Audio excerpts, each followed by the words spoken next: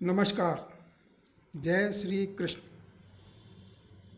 श्री बिहारी जी की बैठक में आपका स्वागत है। मैं हूं शैलेंद्र कुमार भारद्वाज। सत्य की खोज में निकले हुए हर पथिक की यात्रा सनातन पर पहुंचकर पूर्णता को प्राप्त करती है। ऐसा सनातन तक पहुंचा हुआ पथिक इसके उपरांत जो बोलता है, जो तर्क देता है, जिस तरह समझाता है, वो सब अलग अलग हो सकते हैं। देश, काल, परिस्थिति, सामाजिक संरचना, इनके आधार पर वो भिन्न तरीके से भिन्न बातें बोलता है, लेकिन मूल तत्व एक ही है और मूल तत्व है सनातन। मूल तत्व है मुक्ति। सनातन मीन्स जिसका ना आदि है और ना अंत है। सनातन सत्य है। सत्य का कोई और छोर नहीं होता है। सत्य का सत्य है, उसकी कोई सीमा रेखा ही नहीं है, कोई बाउंड्री नहीं है सत्य की। सत्य तो असीमित है। और सनातन धर्म जो है या सनातन जो पद्धति है, जीवन पद्धति है, या सनातन का जो दर्शन है, वो हर उस प्राणी को जो इस मार्ग पर चलता है पूर्णता का अनुभव करा देता है, पूर्णता का बोध करा देता है। पूर्णता का हमारे यहाँ ना पूर्णमिदम, भगवान हरि की या भगवान विष्णु की जब पूजा करते हैं तो एक शब्दावली बोलते हैं, मुझे पूरा ध्यान नहीं, लेकिन पूर्णमिदम होता है, पूर्णता है। जहाँ पर भगवान हरि की पूजा में एक श्लोक बोला जाता है जिसका भाव सिर्फ यही है कि वहाँ पूर्णता है, सब कुछ प्राप्त है। तो सनातन में पहुँचने के बाद पूर्णता को प्राप्त होता है। सनातन का जो मेन श्लोक ही पूर्णता है। उसके बाद ना कुछ जानने को बचता है, ना कुछ सीखने को बचता है, ना कुछ समझने को बचता है। सिर्फ आनंद है, मुक्ति है। और उस आनंद को भी परिभाषित किया गया है सच्चिदानंद स्वरूप है। वो आनंद भी सच्चिदानंद स्वरूप है, जिसका भी कोई और छोर नहीं है। सनातन का मतलब ही ऐसा है कि है ऐसी हर वो चीज़ जिसका ना आदि है और ना अंत है। इस पृथ्वी लोक पर, इस सृष्टि में हर घटनाक्रम आदि और अंत से बंधा हुआ है। आदि है और अंत है। लेकिन सनातन तक पहुंचने के बाद ना आदि है और ना अंत है। यकीनन ये बहुत मुश्किल अवस्था है। यहाँ तक पहुंचने के बाद पहुंचना थोड़ा दुष्कर कार्य है, हर किसी के लिए इतना आसान नहीं है। लेकिन सनातन धर्म हमको वो प्रैक्टिस कराता है, अभ्यास देता है। सनातन धर्म में कोई मान्यता ऐसा कोई खास नहीं है। सनातन धर्म में कोई ऐसा सिस्टम नहीं है जहाँ कन्वर्जन की प्रथा हो कि भाई मैं फलाने धर्म का हूँ, सनातन में आना चाहता हूँ, अरे भाई आ जाओ। सनातन में कोई धर्म ही नहीं है। सनातन तो धर्मों से परे है, समस्त मान्यताओं से परे है। ठीक है भाई, आ जाओ, तुम सनातन बनना चाहते हो, विश्वास है, कर लो, संतान बन जाओ। तो सनातन धर्म में कन्वर्जन की भी कोई प्रथा नहीं है। कोई ऐसा सिद्धांत नहीं है कि भाई आप ये करोगे तो आप सनातनी बन जाओगे, ये नहीं करोगे सनातन नहीं बनोगे। नहीं भाई, सब सनातन है। यहाँ तक कि हमारे यहाँ ये मान्यता भी है, या मैं ऐसा भी समझता हूँ, जब हम पैदा होते हैं माँ के पेट से बाहर निकलते समय हम सनातनी होते हैं। सनातनी मीन्स एक ऐसी यात्रा के पथिक जिसका ना आदि है ना अंत है। सनातन भी ये कहता है कि हम कहीं मरते नहीं, तो वो भी कभी नहीं मरता, आत्मा तो कहीं मरती नहीं। अब ये अलग बात है कि जब संसार में प्रवेश कर जाते हैं तो संसार की मान्यताएं, पारिवारिक पृष्ठभूमि, ये सब हमारे हमको ढाल देती है एक सांचे में, और हम उसी सांचे के अनुसार पूरी ज़िंदगी चलते रहते हैं। लेकिन वो सांचा तो मिथ्या है, असत्य है। कोई भी सांचा आप ले लीजिए, कोई भी धर्म के लीजिए आप। मैंने कह दिया मैं हिंदू हूँ, किसी ने कहा मैं मुस्लिम हूँ, किसी ने कहा मैं ईसाई हूँ। हिंदू में भी किसी ने कहा मैं इस जाति का हूँ, इस वर्ण का हूँ। अरे भाई, ये सब ऐसे ही है, सब मिथ्या है। सच ये है कि तुम हो, बस। सनातन अहम ब्रह्मास्मि का शंखनाद करता है। मैं ब्रह्म हूँ, सब कुछ मैं हूँ, मेरे अलावा कुछ है ही नहीं। मेरे अलावा जो कुछ है वो सब कल्पनाएं हैं, कल्पनाओं के घेरे हैं जो हमारे आसपास भ्रमण कर रहे हैं, घूम रहे हैं, हमको बांधे रखे हैं। और इन घेरों से बाहर निकलना ही एक मानव जाति के लिए, मानवता के लिए, मानवीय पुरुष के लिए परम कर्तव्य यही है कि वो इन मान्यताओं से, इन कल्पनाओं से बाहर निकलकर सत्य का दर्शन करें। हमारे जितने पुरुषार्थ होते हैं उनको भी सनातन धर्म ने जब परिभाषित किया तो अर्थ, धर्म, काम और मोक्ष। धन पैदा करो, धार्मिक काम करो, कामनाओं की पूर्ति भी करो, लेकिन जो पुरुषार्थ का अंतिम छोर है वो मोक्ष है। मोक्ष मीन्स सत्य तक पहुंचा हुआ व्यक्ति है, मुक्ति तक पहुंचा हुआ व्यक्ति। और मुझे कोई ऐसा ज्ञान नहीं है कि किसी अन्य धर्म में मोक्ष को परिभाषित किया गया है, मेरी जानकारी में नहीं है, हो सकता है किसी ने किया हो। लेकिन जो मुक्ति और मोक्ष शब्द है, जो सनातन धर्म की पुरुषार्थ की एक चौथी श्रेणी है, वो हम सनातनियों में ही हैं, धर्म में ही हैं, हिंदुओं में ही हैं। थोड़ी सी हमारी कमजोरी ये होती है क्योंकि हमारे यहाँ बहुत फ्लेक्सिबिलिटी है। सनातन धर्म का मतलब जीवन पद्धति, फ्लेक्सिबल लाइफ। ठीक है भाई, तुम फ्री हो, मुक्त हो। सनातन धर्म की बेसिक मान्यता ही मुक्ति है, उसका बेसिक ऑब्जेक्टिव ही हमें मुक्त करना है, मुक्ति के मार्ग पर ले जाना है, मुक्ति प्रदान करनी है।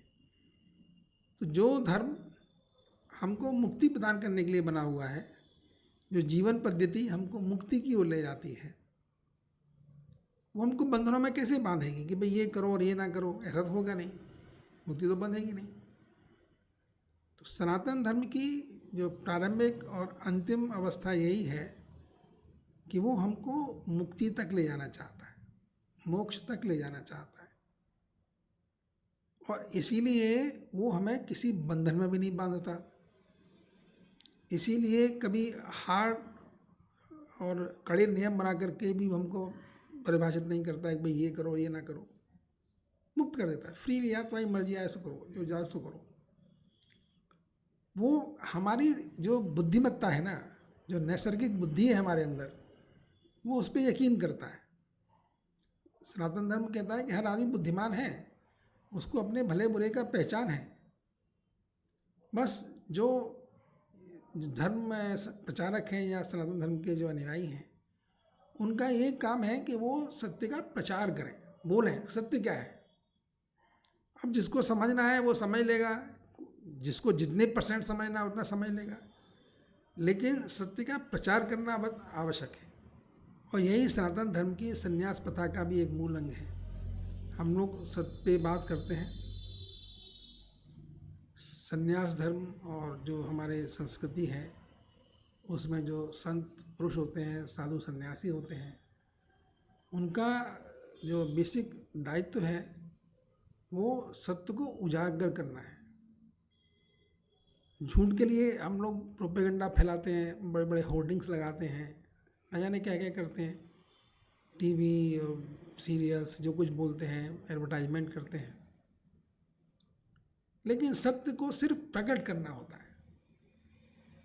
सत्य के ऊपर जो धूल जमी हुई है उस धूल को साफ करना होता है। और इसीलिए जितने सनातन धर्म के प्रचारक हैं, सनातन धर्म में लोग हैं जो इस काम में लगे हुए हैं, उनका मूल काम ये है कि जो सत्य है वो बताएं, भाई ये सत्य तो ये है, देखो तुम ये कर सकते हो, तुम ये पा सकते हो। अब ये कर्म में जाएगा, अब कहेगा जी हम लोग तो चुपचाप होकर बैठ जाएंगे, नहीं, ऐसा तो है नहीं। सनातन धर्म का जो एक अद्भुत ग्रंथ है भगवद गीता, वो तो कर्म क्षेत्र की बात करती है। अरे भाई तुम सत्य को जान गए तो कर्म नहीं करोगे क्या? बस इतना अंतर है कि पहले जो तुम कर्म करते हो, सत्य के जानने से पहले तुम जो कर्म करते हो, वो अपने लिए करते हो, अपने अहंकार के लिए, तुष्टि के लिए करते हो, अपने शारीरिक भोग के लिए करते हो। और जब सत्य को जान जाते हो तो फिर तो जो कर्म करते हो वो दूसरों के कल्याण के लिए करते हो, समाज के लिए करते हो, सबके अंदर सद्भाव रहे इसके लिए करते हो, सबके अंदर प्रेम जागृत हो इसके लिए करते हो, सब एक दूसरे का ख्याल रखें इसलिए करते हो। तो सत्य तक पहुंचा हुआ और सत्य से दूर व्यक्ति का यही बेसिक मूल डिफरेंस होता है। और सनातन धर्म की विशेषता ये है, सनातन धर्म में गुरु का एक बहुत बड़ा रोल है। गुरु तो हर धर्म में होते होंगे, मुझे बहुत जानकारी नहीं है, लेकिन सनातन धर्म में गुरु का भी एक बहुत बड़ा रोल है, क्योंकि किसी भी व्यक्ति को सच्चे मार्ग तक ले जाने का मुख्य काम तो कोई गुरु ही करता है। अरे हम तो जब पैदा होते हैं तो कुछ जानते नहीं, उसके बाद लैंग्वेज सीखते हैं, फिर और बहुत चीज़ सीखते हैं। क्यों सीखते हैं? क्योंकि कोई हमें बताने वाला होता है, हमारी माँ होती है, परिवार होता है, वो हमको बताता है कि हम ये करें, हम ये ना करें। तो ये सिस्टम है, ये फॉलो करता है। और सनातन धर्म का जो मूल एक और तत्व है, परमेश्वर, ईश्वर, ब्रह्म, वो अपने स्वरूप को जब प्रकाशित करता है, जब वो पृथ्वी पर आता है, तो कृष्ण नाम से जाना जाता है, राम नाम से जाना जाता है। और वो सदा सत्य है, इसलिए जब भी हम कृष्ण का नाम लेते हैं, जब भी हम राम का नाम लेते हैं, तो हम सत्य को ही पुकारते हैं। इसलिए जब मंत्र का जाप करते हैं हरे राम, इसका मतलब हम जो सत्य है, सत्य के हम खोजक हैं, अन्वेषक हैं, सत्य को हम पुकार रहे हैं। और हम ही सब कुछ हैं, इसलिए जब सत्य को हम पुकारते हैं तो सत्य हमारे अंदर स्वतः प्रकट होता है। सत्य के लिए सत्य स्वयं प्रकाशक है, सत्य हमारे हृदय में आलोकित करता है हमको। सत्य कोई ऐसी चीज़ नहीं है जिसको आप जाके पकड़ लेंगे और जान लेंगे, नहीं। सत्य आपके हृदय में प्रकट होता है, और सत्य ही ईश्वर है, सत्य ही हम हैं, और एक आनंददायी अवस्था है। इसी को पाना का मतलब आपकी भटकन खत्म, जीवन में भटकन खत्म हो जाती है, आप स्थिरचित्त हो जाते हैं। स्थिरचित्त का मतलब फिर आपकी बुद्धि इधर उधर नहीं भागती, वो पूर्णता को प्राप्त कर लेती है, दृढ़ निश्चयी हो जाती है। ये शब्दावली भगवत गीता की है, उसके अंदर दृढ़ निश्चय का भाव आ जाता है। जो करना है उसके प्रति दृढ़ निश्चय उसका है, उसको कोई इधर उधर उसके अंदर भटकाव नहीं है। तो सनातन धर्म की जो शिक्षा है, सनातन धर्म का जो मूल तत्व है, वो हमारे व्यक्तित्व को का निर्माण करता है। पहला, अभी स्थिर हो जाओ, वर्तमान में रहो, ना आगे भागो ना पीछे भागो। क्यों? कि कर्म के फल में तुम्हारा कोई अधिकार नहीं है। तो जब कर्म के फल में मेरा अधिकार ही नहीं है, तो मैं फल की चिंता क्यों करता हूँ? ये सनातन धर्म का उद्घोष है। निष्काम कर्म करो, फल की इच्छा मत करो, सनातन धर्म का उद्घोष है ये। और कहता है कि तुम्हारा अधिकार सिर्फ कर्म करने में है, फल में नहीं है। तो जब फल में हमारा अधिकार नहीं है तो हम वैसे ही शांत होकर बैठ गए, भाई फल तो मिलेगा जो मिलेगा, क्या मतलब है। अभी मुझे काम क्या करना है, मेरा फोकस इस पे है, मुझे सामने जो काम आया मुझे उस काम का निष्पादन करना है। तो सनातन धर्म का एक उद्घोष कि हमारा काम सिर्फ कर्म करना है, फल की इच्छा करना नहीं है। कर्म वो जो सबके लिए हित करो, और जो मेरे सामने आए, जिसको हम स्वकर्म बोलते हैं। जीवन में एक स्व शब्द है, स्व मीन्स जो मेरे लिए है, वो मेरे लिए बना हुआ है। मेरे माता पिता, स्व माता पिता मेरे लिए माता पिता हैं, वो मुझे मिले हैं, मैंने पाए नहीं, खोज नहीं किया। तो सनातन धर्म, भगवत गीता, श्रीमद् भागवत इतने अमूल्य ग्रंथ हैं कि अगर हम इनको समझें और समझने की चेष्टा करें तो हमारी अंतर्मुखी जो आँखें हैं, अंतर की जो आँखें हैं, आंतरिक जगत में हम पहुंच जाते हैं। और फिर हमें को बड़ी अच्छी अनुभूतियाँ होती हैं, स्वस्थ रहते हैं, मन प्रसन्न रहता है, कर्म अच्छे करते हैं, हमारे बातों में रस होता है, हमारी कार्यकलापों में रस होता है, हम जीवन का मूल समझ जाते हैं। ये जीवन ये है, जीवन का मूल स्वरूप ये है, ये हम सीख जाते हैं। इसकी गाइडलाइन कहूँगा मैं, जीवन का मूल स्वरूप ये है। चलिए फिर मिलते हैं, फिर बातें करेंगे।